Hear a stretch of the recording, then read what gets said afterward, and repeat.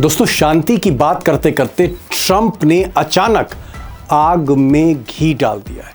कुछ ही देर पहले ट्रंप ने बयान दिया है कि अगर इस्लामाबाद में जो बातचीत होने जा रही है, इसमें अगर ईरान ने डील पर साइन नहीं किया, इस बार अंजाम बहुत बुरा होगा। यानी अगर इस्लामाबाद की टॉक्स फेल होती हैं, ईरान इस टॉक को फेल कर देता है, साइन नहीं करता डील पर, तो मैं ईरान को तबाह कर दूंगा, पूरी तरह तबाह कर दूंगा। और अल जजीरा की ब्रेकिंग न्यूज़ देखिए, Trump threatens to blow up whole country if Iran peace deal fail.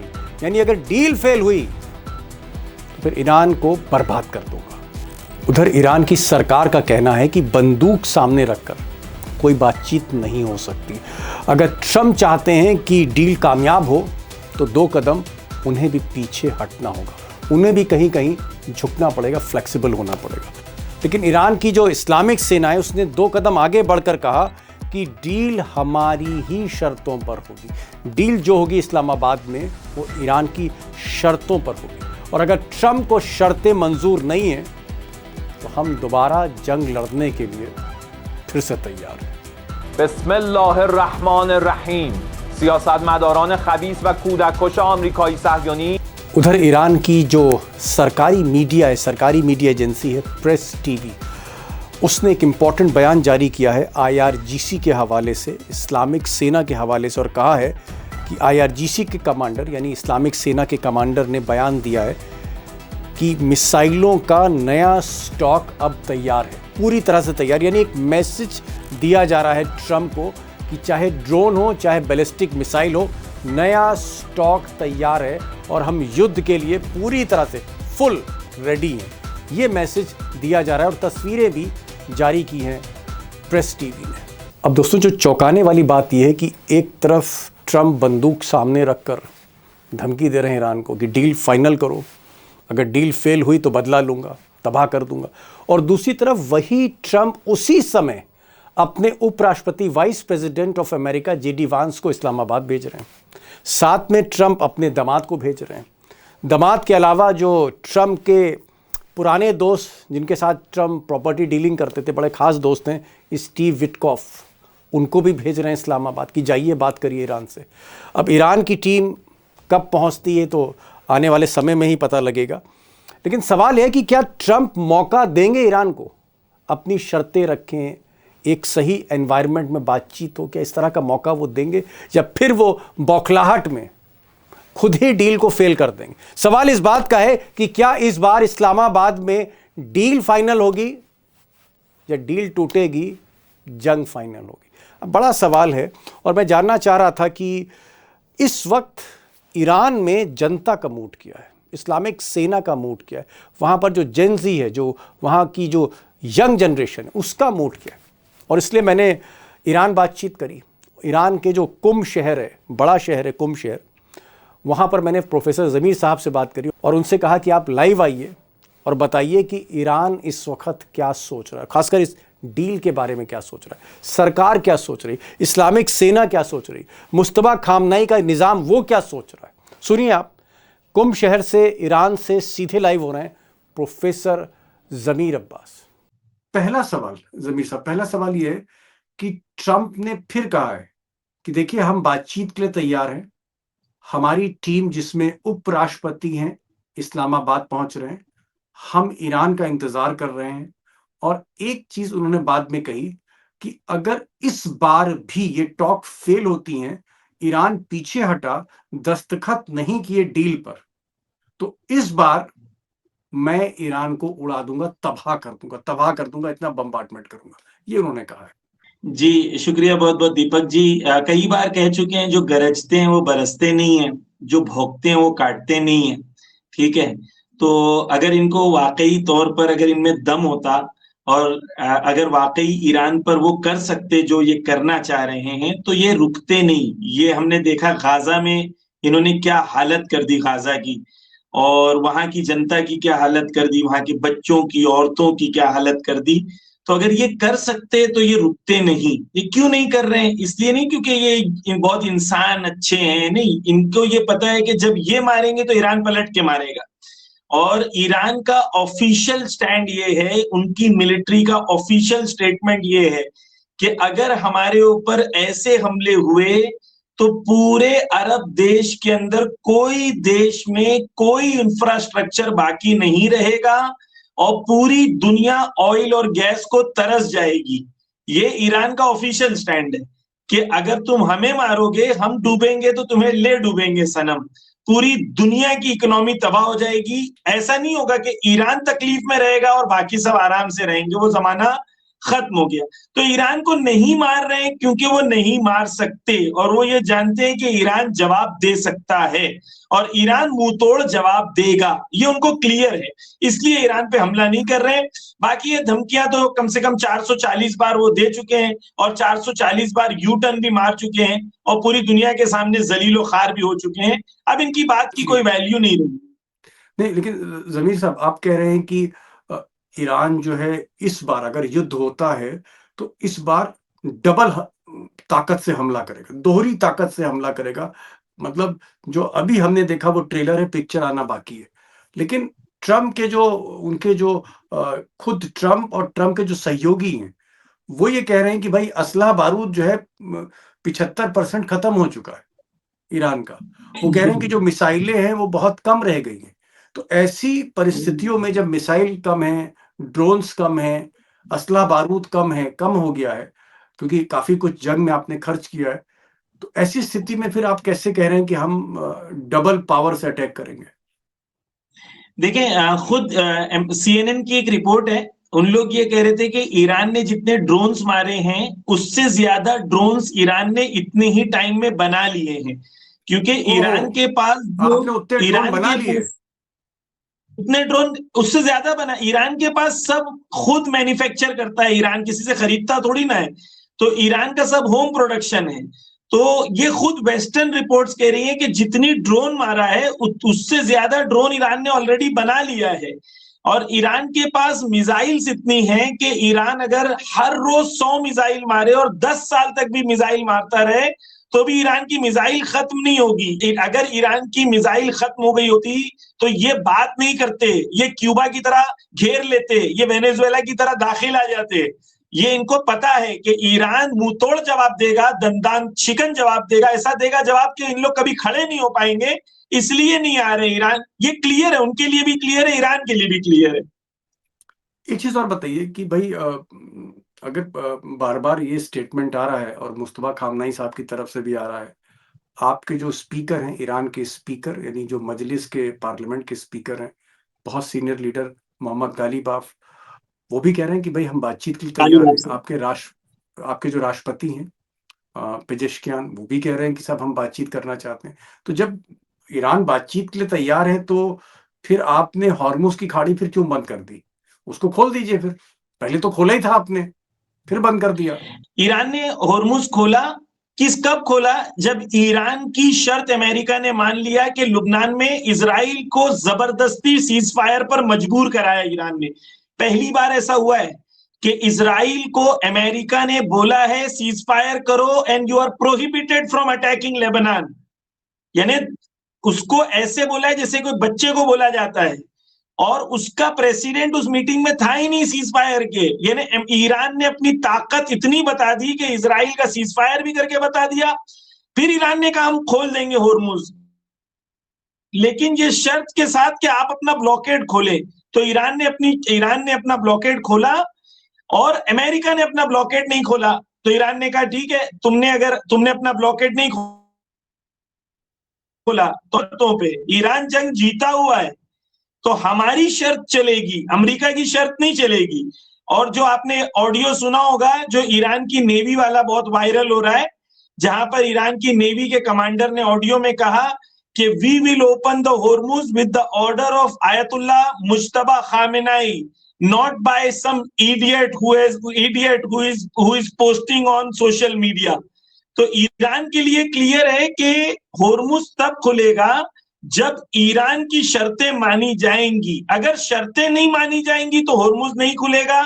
एक जमाना था जब अमेरिका सैंक्शंस लगाता था, आज ईरान की ताकत है तो ईरान अपनी ताकत से अमेरिका से अपनी बात मनवाएगा और ये इंशाल्लाह पूरी दुनिया देखेगी कि अमेरिका किस तरीके से ईरान के सामने झुकेगा। जी। अच्छा, कुछ शर्तें हैं जो अमेरिका की शर्तें हैं, आपकी भी शर्तें हैं। पिछली बार इस्लामाबाद में काफ़ी कुछ उसमें नतीजे भी सामने आ रहे थे, सब कुछ पॉज़िटिव जा रहा था। लेकिन कुछ मसले हैं जहाँ ईरान ऐसा अमेरिका का आरोप है कि ईरान थोड़ा-सा ज़िद पकड़े हुए है, थोड़ा-सा ज़िद कर रहा है। मिसाल के तौर पे वो कह रहे हैं कि भाई ये जो डील कर रहे हैं इसमें आप जो एनरिच यूरेनियम है हमको सौंप दीजिए। और आप यूरेनियम को एनरिच मत करिए, लेकिन आप कह रहे हैं कि नहीं साहब हम तो एनरिच करेंगे, हम तो न्यूक्लियर प्रोग्राम को परस्यू करेंगे। जी। जी, पहली चीज़ तो कि अमेरिका कौन होता है किसी कंट्री को बोलने वाला कि आप क्या कर सकते हैं, आप क्या नहीं कर सकते हैं। दूसरी चीज़ ये है कि जो कानूनन ईरान का अधिकार है, उसको पूरी दुनिया में कोई ईरान से छीन नहीं सकता।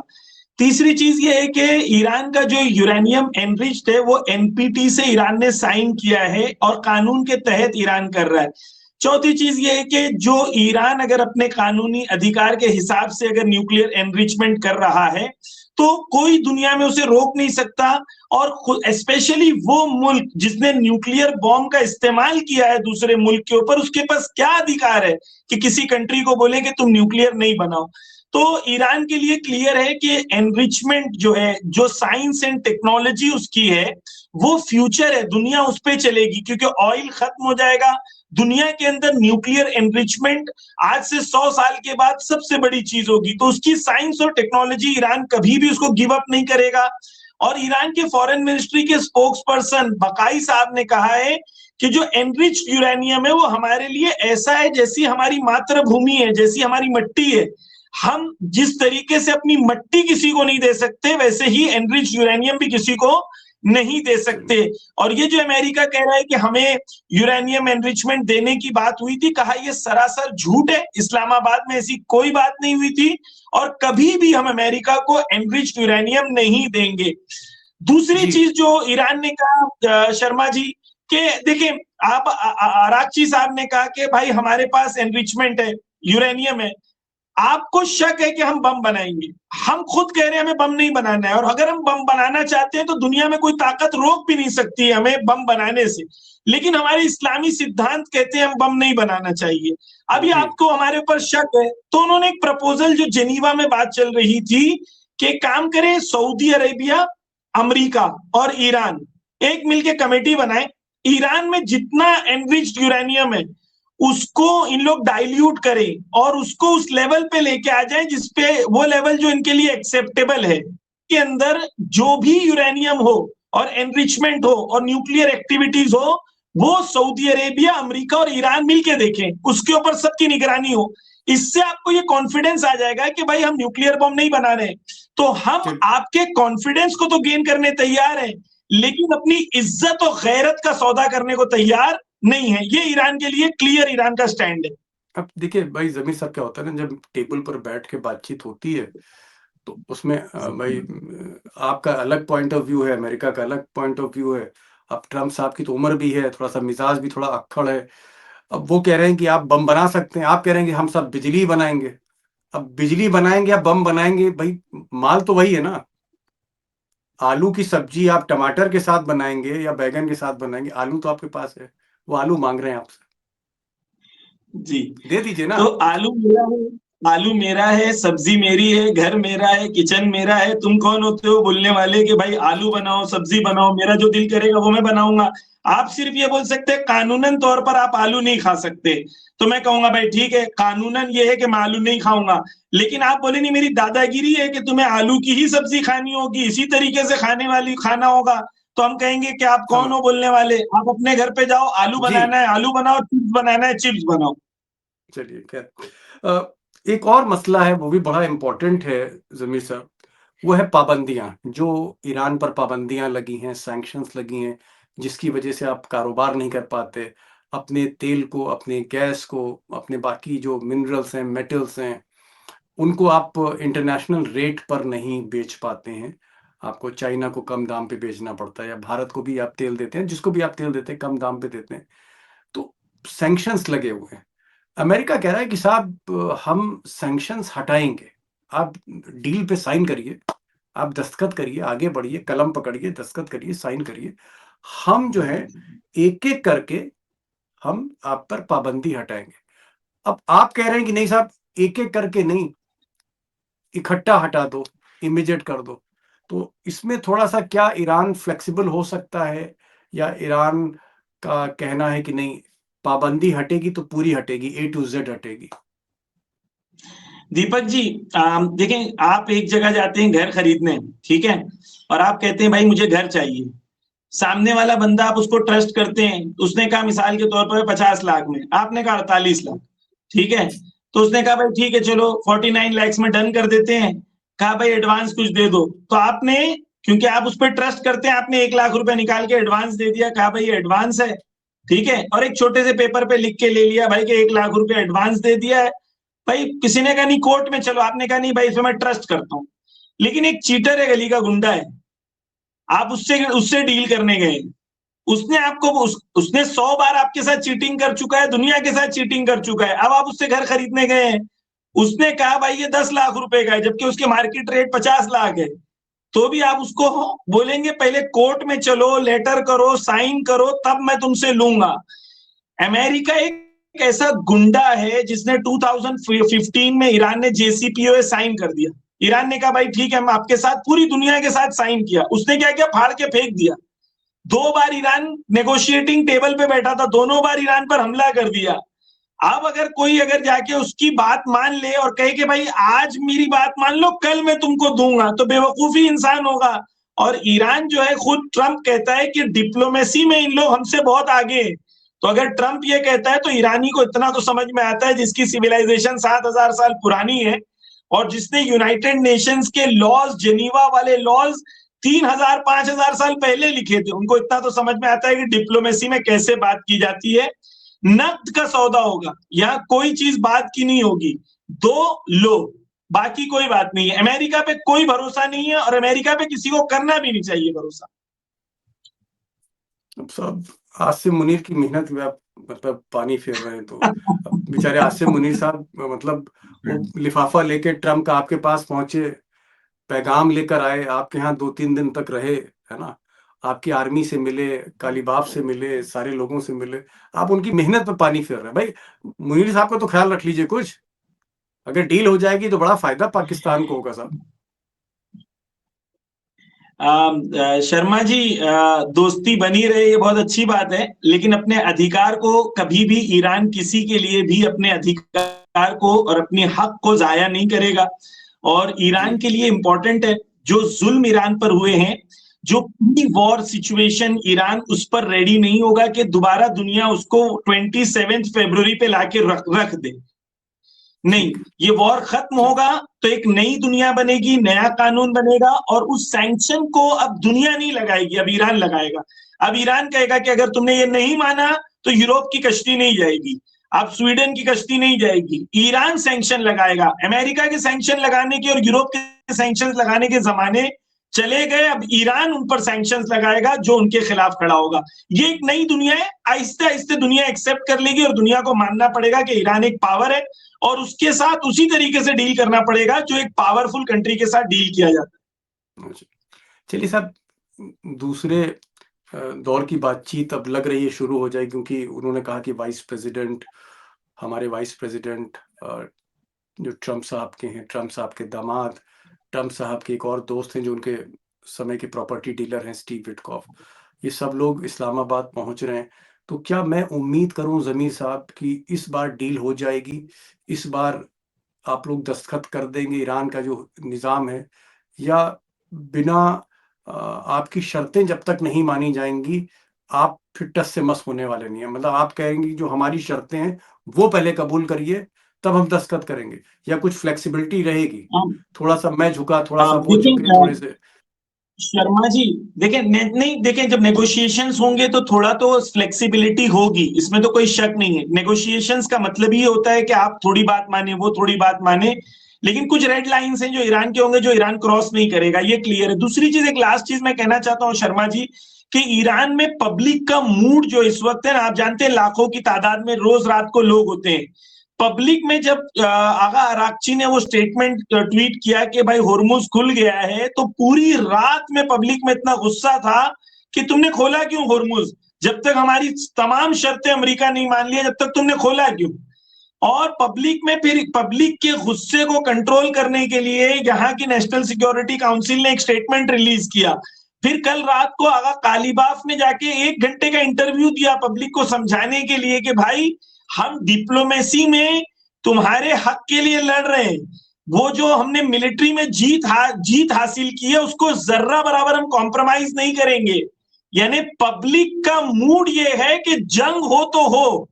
यहाँ का फेमस एक सॉन्ग है, बेजन के खूब मीजनी, यानी मारो के क्या खूब मार रहे हो। ईरान की जनता जंग के लिए तैयार है, लेकिन अपने अधिकारों को देने के लिए तैयार ईरान की जनता नहीं है। और डिप्लोमेट्स पर ईरान की जनता और ईरान की पब्लिक का प्रेशर है कि जर्रा बराबर कोई ऐसा एग्रीमेंट ना करे जिससे पब्लिक राजी नहीं हो। पब्लिक को ये लग रहा है हम जीत रहे हैं और ये जीत को डिप्लोमेसी में हार में तब्दील नहीं होना चाहिए, ये पब्लिक के लिए क्लियर है। जी, जमीर साहब, प्रोफेसर जमीर साहब कुम शहर से लाइव हैं इस वक्त ईरान से। ये बता रहे हैं कि साहब पब्लिक का जो मिजाज है, पब्लिक का जो इस वक्त तरबियत है, वो चाहते हैं कि अगर जंग हमने जीती है तो ये जो डिप्लोमेटिक बातचीत हो रही है, ये भी, इसमें भी हमारी जीत होनी चाहिए। हम किसी कीमत पर झुकेंगे नहीं, झुककर सरेंडर करके दस्तखत पर साइन नहीं करेंगे। ये जो अंगूठा है ऐसे नहीं लगेगा, ये तभी लगेगा जब हमारे मन की बात जो है वो ट्रंप साहब माने, हमारी शर्तों पर डील हो।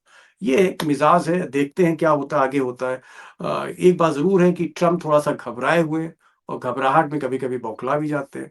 तो जमीर साहब, मैं तो सिर्फ इतना ही कहूंगा कि आप भाई कालीबाफ साहब को समझाइए कि भाई बौखलाया हुआ आदमी को थोड़ा सा मतलब एक गिलास पानी पीने का तो वक्त दीजिए कम से कम। Thank you so much Zameer sahab, thank you so much, thank you so much for coming to this programme. Thank you so much sir.